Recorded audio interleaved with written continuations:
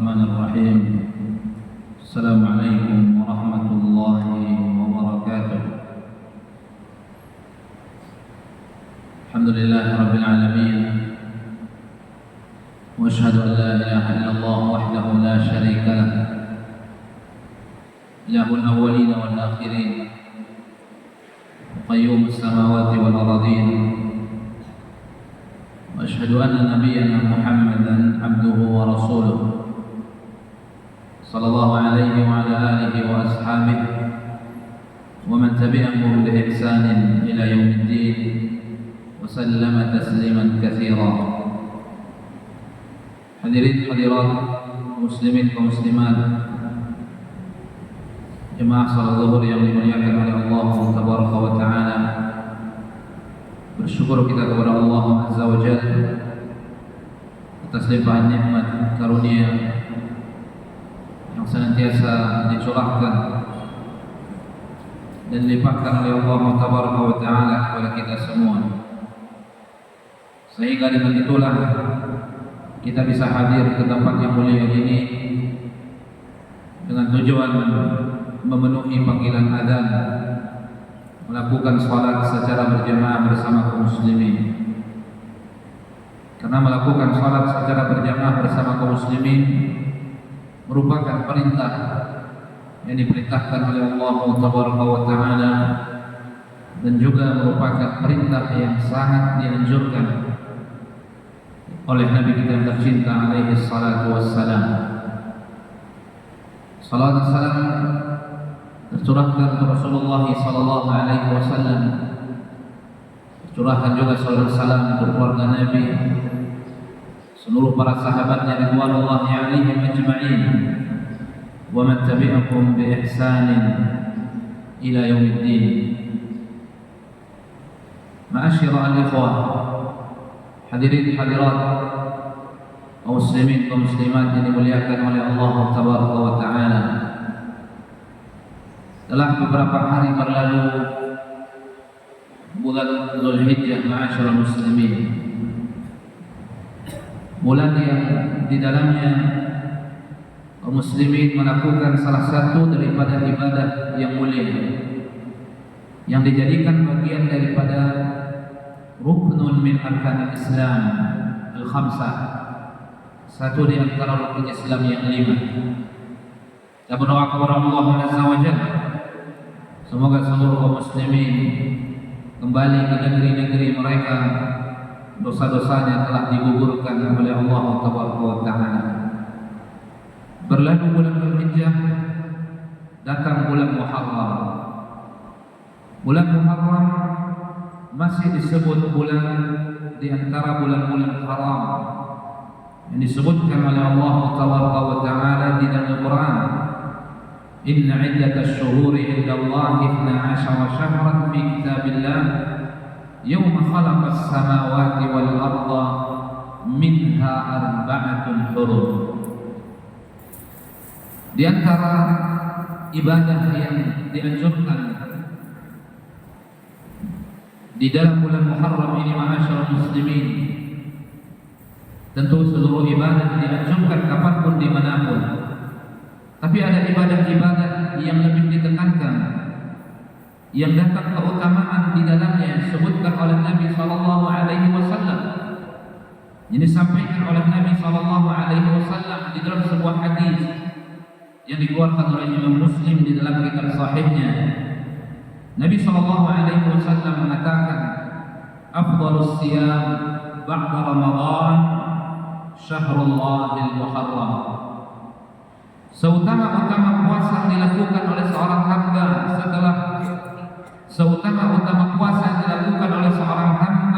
setelah bulan Ramadan, puasa yang dilakukan di bulan Al-Muharram. Bulan Muharram adalah salah satu bulan yang telah kita sebutkan sama dengan bulan Dzulhijjah. Bahkan bulan Muharram ini disandarkan oleh Allah Taala kepada dirinya, sebagaimana Nabi SAW menyebutkan dengan sebutan Syahrullah, bulannya Allah, Al-Muharram, menunjukkan di dalamnya ada keutamaan, ketika satu waktu, apakah itu jam, apakah itu hari, apakah itu bulan, disebutkan ada keutamaan di dalamnya, menunjukkan melakukan amal saleh di dalamnya lebih utama daripada amal saleh yang dilakukan di waktu-waktu yang lain. Seperti amal saleh yang dilakukan di awal-awal Dzulhijjah, bahkan amal saleh yang dilakukan di 10 Dzulhijjah begitu tinggi keutamaannya. Maka begitu juga amal saleh yang dilakukan di bulan Muharram yang Nabi sandarkan penamaannya kepada Rabbnya dengan sebutan Syahrullah, bulannya Allah Al-Muharram. Secara umum seluruh ibadah diberi motivasi oleh Nabi SAW agar kita menjaga istiqamah di hari-hari yang sedang kita jalani ini, tidak melakukan kezaliman sebagaimana Allah mengatakan fala tazlimu fihinna anfusakum, jangan kalian sekali-kali melakukan kezaliman terhadap diri kalian di bulan-bulan itu, di hari-hari itu. Secara khusus keutamaan puasa disebutkan oleh Nabi SAW. Apa kata Nabi SAW? Afdalus siyam ba'da Ramadan Syahrullahil Muharram. Seutama-utama puasa yang dilakukan oleh seorang hamba setelah Ramadan. Ramadan yang paling utama karena kewajiban, Ramadan yang paling utama karena diwajibkan. Karena amal ibadah yang paling utama kita lakukan, amal ibadah yang bersifat wajib. Kecintaan Allah Taala meliputi kepada seluruh ibadah, tapi kecintaan Allah Jalla wa'ala melebihi kecintaannya kepada amal-amal wajib daripada amal-amal sunnah. Tetapi kedua-duanya Allah cinta. Apa kata Allah Tabaraka wa Ta'ala, kata Nabi dalam hadis qudsi fi ma yarwi an Rabbih Tabaraka wa Ta'ala, Allah Jalla wa Ala mengatakan, hambaku mendekatkan diri kepadaku, wa ma taqarraba ilayya 'abdi bi syai'in ahabba ilayya mimma aftaradtuhu 'alayhi. Ketika hambaku mendekatkan diri kepadaku, maka yang paling aku cintai, yang dengannya mereka mendekatkan diri kepadaku, dengan ibadah-ibadah yang aku wajibkan kepada mereka. Maka puasa yang paling utama, puasa Ramadan. Kemudian datang setelahnya puasa-puasa sunnah.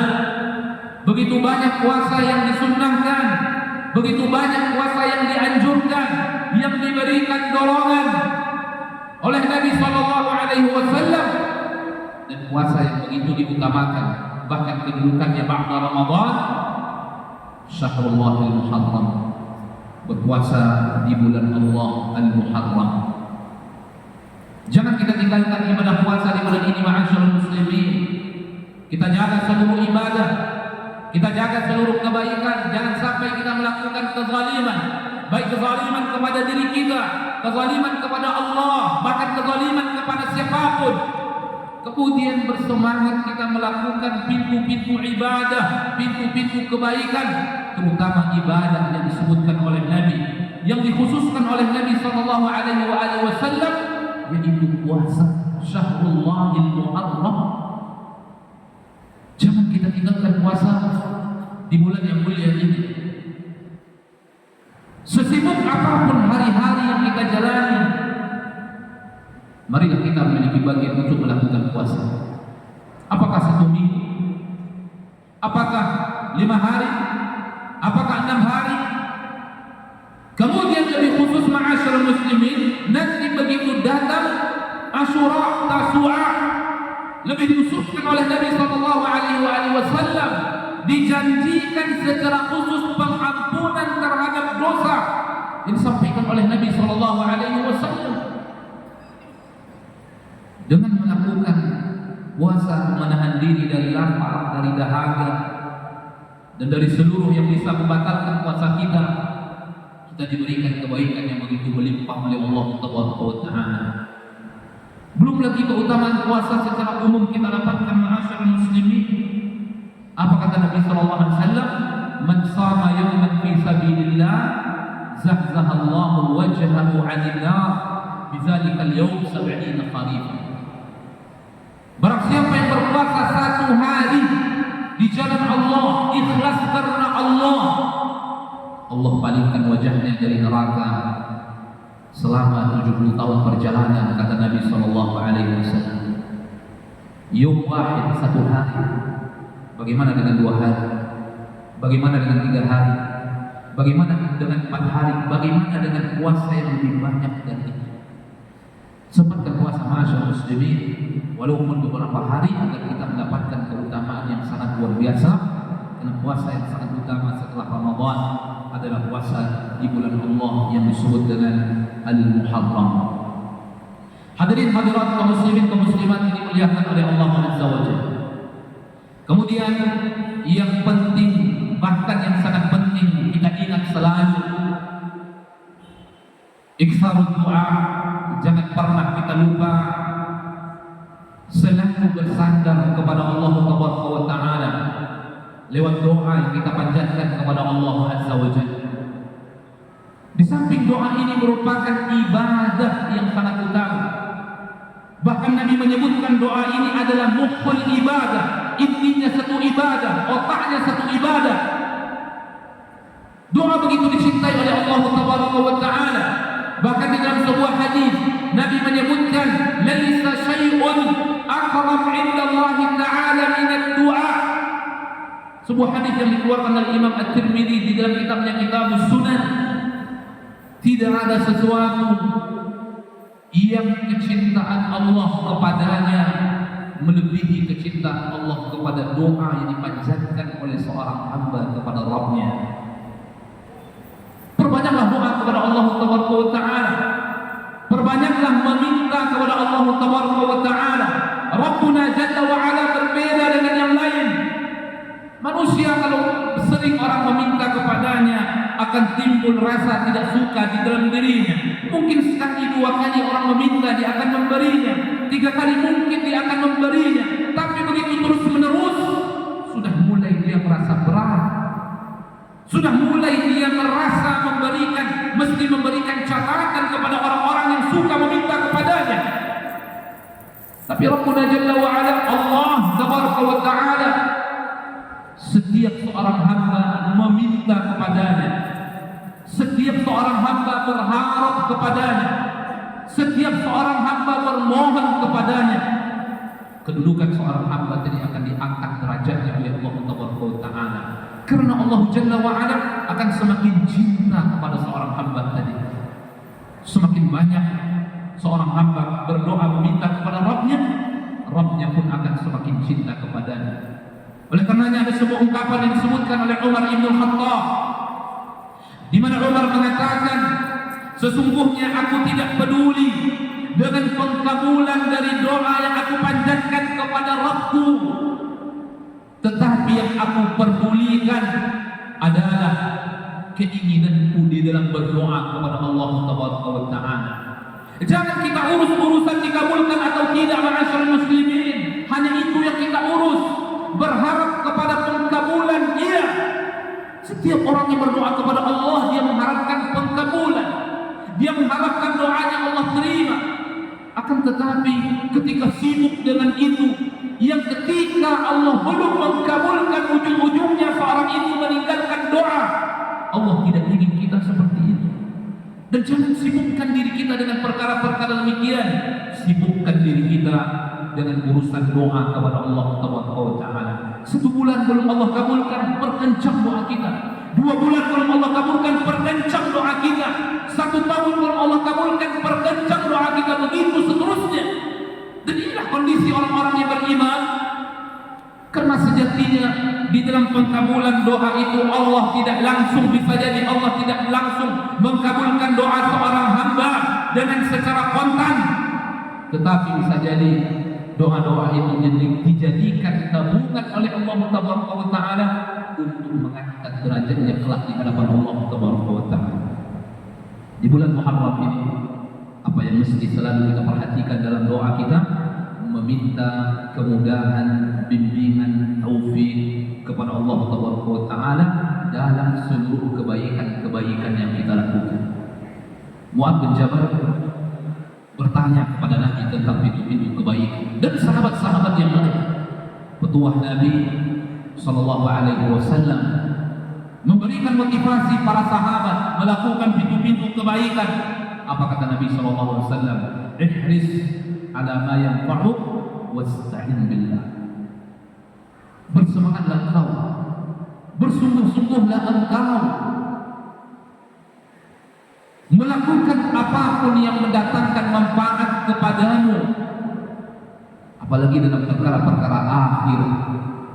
Lalu Nabi mengatakan, menitipkan sebuah pesan di dalam pesan, menitipkan sebuah kalimat di dalam satu jumlah. Nabi mengatakan, wasta'in billah, jangan pernah engkau lupa meminta pertolongan kepada Allah Taala.